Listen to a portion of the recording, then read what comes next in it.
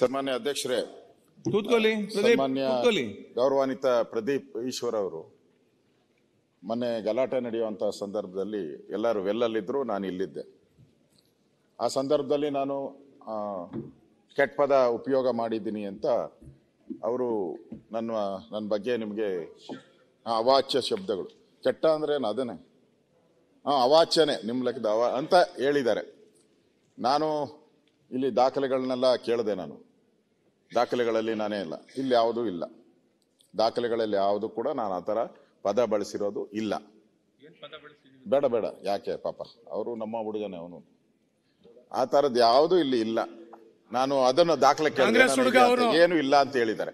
ಅದರಿಂದ ಈಗ ಪ್ರದೀಪ್ ಈಶ್ವರ್ ಅವರು ರೋಷ ವೇಷದಲ್ಲಿ ಭಾಷಣ ಮಾಡೋ ಬಹಳಷ್ಟು ಪದಗಳು ಅವರು ಉಪಯೋಗ ಮಾಡಿದ್ದಾರೆ. ಅವರು ಬಹಳ ದೊಡ್ಡ ದೊಡ್ಡ ಪದಗಳನ್ನೇ ಉಪಯೋಗ ಮಾಡಿದ್ದಾರೆ. ನಾವೇನು ಅದನ್ನು ಪ್ರಶ್ನೆ ಮಾಡಿಲ್ಲ. ಆದ್ರೆ ನಾನು ಹೇಳಿರೋದು ಯಾವುದು ರೆಕಾರ್ಡಲ್ಲಿ ಹೋಗಿಲ್ಲ, ಯಾವುದು ರೆಕಾರ್ಡಲ್ಲಿ ಇಲ್ಲ. ಅಕಸ್ಮಾತ್ ಇದ್ರೆ ನಾವು ಹೇಳ್ದಂಗೆ ಅದನ್ನ ದಯವಿಟ್ಟು ತೆಗೆಸಿ, ತಪ್ಪಾಗಿದ್ರೆ ತಪ್ಪೆ, ಪ್ರಶ್ನೆನೇ ಇಲ್ಲ. ಈಗ ನಿಲ್ಲಮ್ಮ ಪ್ರದೀಪ್, ಒಂದು ನಿಮಿಷ. ಈಗ ಪ್ರತಿಪಕ್ಷ ನಾಯಕರು ಅವರ ಕ್ಲಾರಿಫಿಕೇಶನ್ ಕೊಟ್ಟಿದ್ದಾರೆ, ತಾವು ನಿಮ್ಮ ವಿಚಾರ ಹೇಳಿದಿರಿ. ಒಂದು ಸೆಕೆಂಡ್ ಮಾತಾಡಲಿಕ್ಕೆ ಅವಕಾಶ ಕೊಡಿ. ನಾನೀಗ ಇದ್ದಂತ ನೋಡಿ, ಈಗ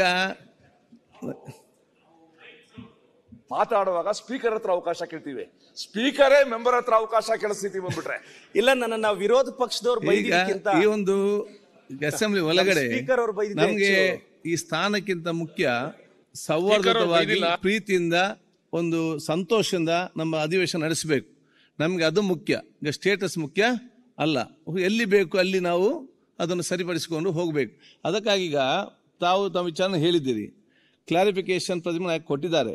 ನಾನು ಬಹುಶಃ ರೆಕಾರ್ಡ್ ಏನಿದೆ, ರೈಟಿಂಗ್ ರೆಕಾರ್ಡ್ ಏನಿದೆ, ಪ್ಲಸ್ ಆಡಿಯೋ ರೆಕಾರ್ಡಿಂಗ್ ಏನಿದೆ, ನಾನು ತರಿಸಿ ನೋಡಿಕೊಂಡು ಮತ್ತೆ ನಿಮ್ಮನ್ನು ಕರಿತೇನೆ, ಮತ್ತೆ ನಾನು ಕ್ಲೂರಿಂಗ್ ಕೊಡ್ತೇನೆ. ನ್ಯೂಸ್ ಫಸ್ಟ್, ನಿರ್ಭೀತಿಯಿಂದ ನಿಮ್ಮ ಪರವಾಗಿ.